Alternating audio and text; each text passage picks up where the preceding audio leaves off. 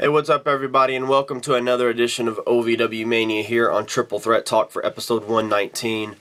I am Brian Cannon. I'm a little under the weather this morning, if you can't tell, so you're going to have to excuse me a little bit, but I am on a high after last night the St. Louis Cardinals were able to clinch a spot in the National League Championship Series after disposing of the Pittsburgh Pirates. So they're moving on in the playoffs, and I'm really excited about that, of course. But moving on to OVW, we've got a couple things to go over this week. First of all, we've got last weekend's newest edition of the Saturday Night Special, and then the most recent OVW television, which was episode number 738. But first, let's go back to the Saturday Night Special, which was held at the Davis Arena on Saturday, October the 5th. A quick rundown of what happened. The first match of the night was the Marauders, which consisted of Joe Coleman, Flash Flanagan, and Clint Poe. They defeat the team of Double Platinum, Rockstar Spud and Ron Howell, and their partner Aaron Sky, after the masked Marauder comes out and cracks Aaron in the back with a chair while the ref was distracted with everybody else fighting on the outside. The body guy brings out a body brigade to help protect him from the assassin, which consists of 4M, Mr. Marvelous, Melvin Maximus, Elvis Pridemore, and the VIP clubs Robo De Luna and Jay Best. He issues an open challenge, which is answered by the Welsh Colossus, Rob Terry. The body guy then backtracks and says, "Oh, I meant that this was a open challenge for a handicap match, and it doesn't matter." Rob Terry goes through all 5 men. The body guy tries to escape, but is brought back to the ring by the assassin, by his hair, and Rob Terry finishes him off with a power slam. Dylan Bostic and Evan Markopoulos are still trying to outdo each other. They each grabbed a partner. It was Dylan Bostic and Stefan J. Baxter III against Evan Markopoulos and Eddie Diamond.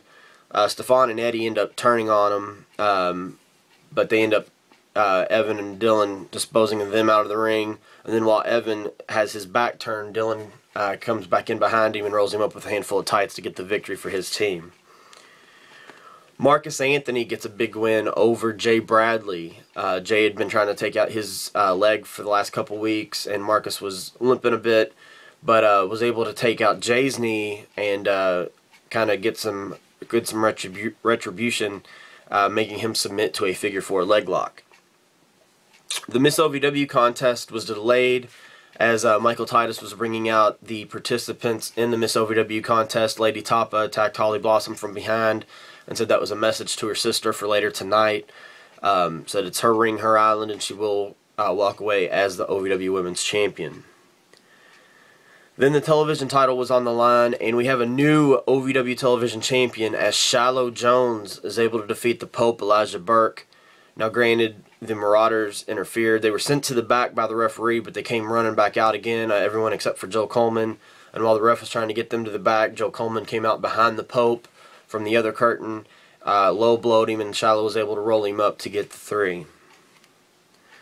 The Best Team Ever took on Muhammad Ali, Vaez, and Michael Hayes for the OVW Southern Tag Team titles, and it was a very good back and forth match, good teamwork from both teams, but it was a time limit draw. There was no winners, which means still, as of right now, your champions are Ali and Michael Hayes. Then Hannah Blossom came out on fire, mad about her sister getting attacked earlier in the night by Lady Tapa, but it didn't matter. Lady Tapa puts Hannah Blossom away and is now your new OVW Women's Champion. And then the final match of the night, the main event, was Jamin Olivencia against James Moose Thomas, who was with Timmy Danger, for the OVW Heavyweight title. It was a no disqualification match. There was kendo sticks, there was garbage cans, chairs, tables, but the big stipulation was the loser leaves OVW. The loser, James Moose Thomas, after Jamin gets the victory. It was a really good match, and kind of surprised that Moose is leaving, but we want to thank Moose for all his contributions to OVW over the last several years. Hopefully it's not the end for him, but if it is, thank you, Moose, for all that you've done for OVW. But Jamin moves on. He disposes of Moose. He actually knocked Timmy Danger through a table during the match, which was, to me, one of the highlights. But after the show on Saturday night, he tweeted out that he is just days away from becoming the longest reigning OVW heavyweight champion in history, And he said that his next challenge personally is to challenge TNA superstar and Olympic gold medalist Kurt Angle. And he's really hoping to get some buzz going about that. And originally he was just wanting to kind of create some buzz, but now it's actually a possibility of happening. So, you know, he said the TNA offices have actually heard about it, and we'll just kind of have to wait and see what happens with it. But I'm going to take a quick break, and when we come back, we will go over the latest edition of OVW TV and a couple other small items. Stick with us. Here we are. The world is ours. From the black to green of fall. Woo, woo, rain is gone.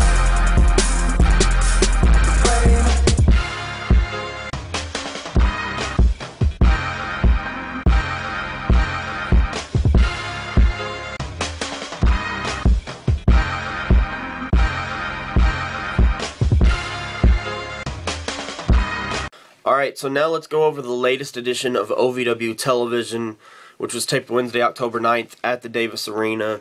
This was episode number 738. I usually don't go over the dark matches, but something that happened before the actual TV taping started, the return of Ben Hameen, who was the manager of the Insurgency, which was Ali and Omar Akbar at the time. He made his return to OVW. He interrupted the body guy who was going to show off his gorgeousness and gorgeosity. But then the Assassin's music hits, 4M ducks for cover, body guy cowers in the corner, and the Assassin actually comes out and takes out Ben Hameen, but he still pointed over and kind of did this number to the body guy, letting him know that he's still coming after him.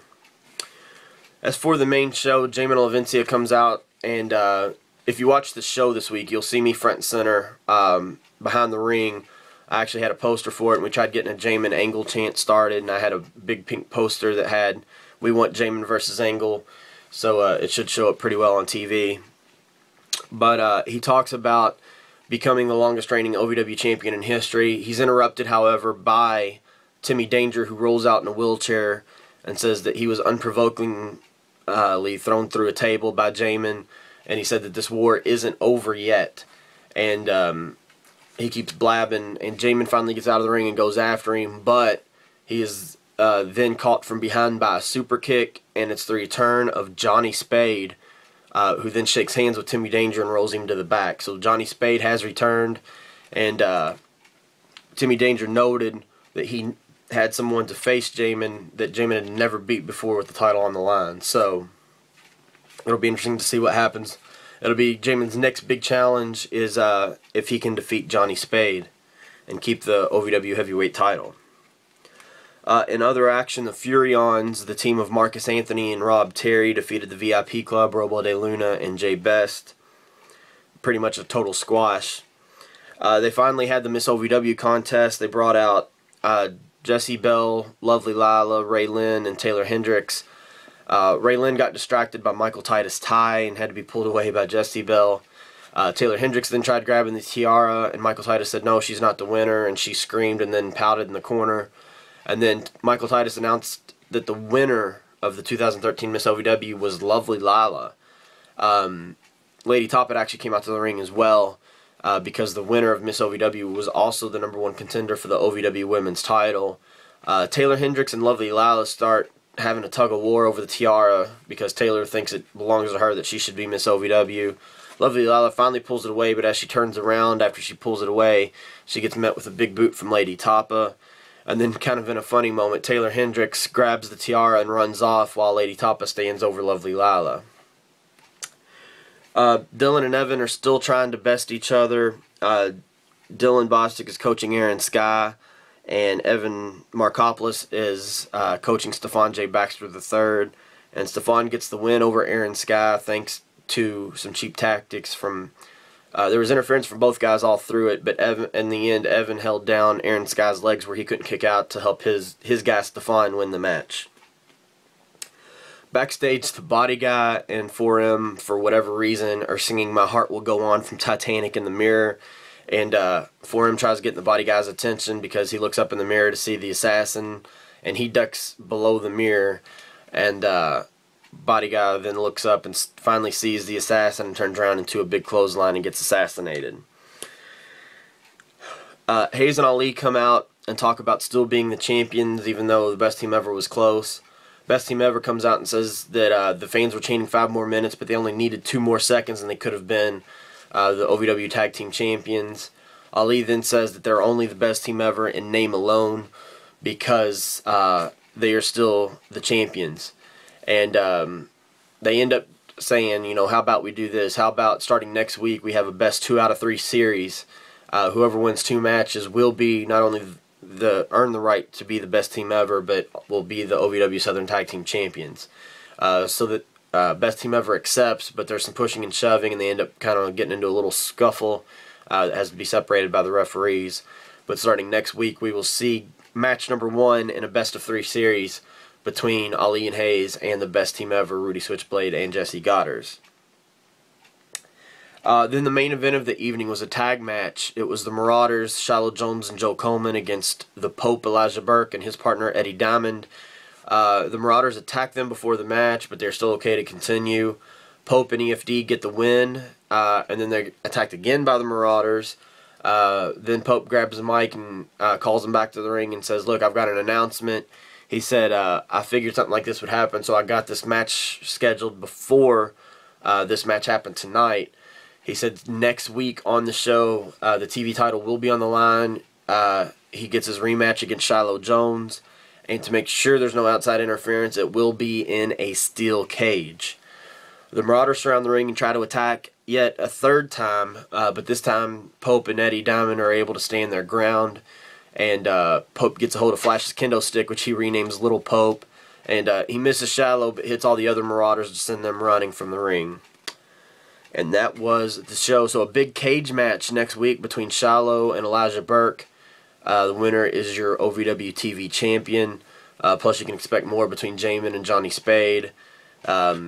Should be a really good show next week as well that we'll be talking about. So, as always, I'd like to thank referee Chris Sharp, who does a great job retweeting and sharing all my news and results. He's also, this week, got a new podcast out, Season 2, with the Body Guy, which is actually a good listen. So make sure you follow him at Ref Chris Sharp on Twitter. You can find him under Package Chris Sharp on Facebook. And make sure you follow him to listen to those awesome podcasts. He was also supposed to do another one with Alex Silva the other night. I'm not sure when he's going to be releasing that. But that should be a really good listen as well. Thank you to all the readers out there of OVWmania.blogspot.com, where you can find all the results, a little bit more details, what happened in the dark matches. You can find the top 20s, any other news or information I might have to pass along. Always a good place to check for your latest OVW news. And Jamin pulled me to the side yesterday and said that he's going to be releasing a statement today, which I'm filming this on Thursday, October the 10th.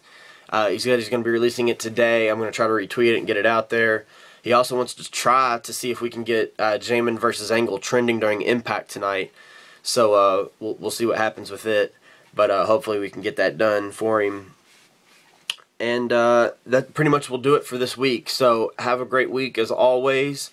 We'll come back next time and talk about the latest OVW news. See if anything is new on the Angle Jamin front. And for now, let's just send it back to you guys in the studio. Have a great week, and we'll talk to you later.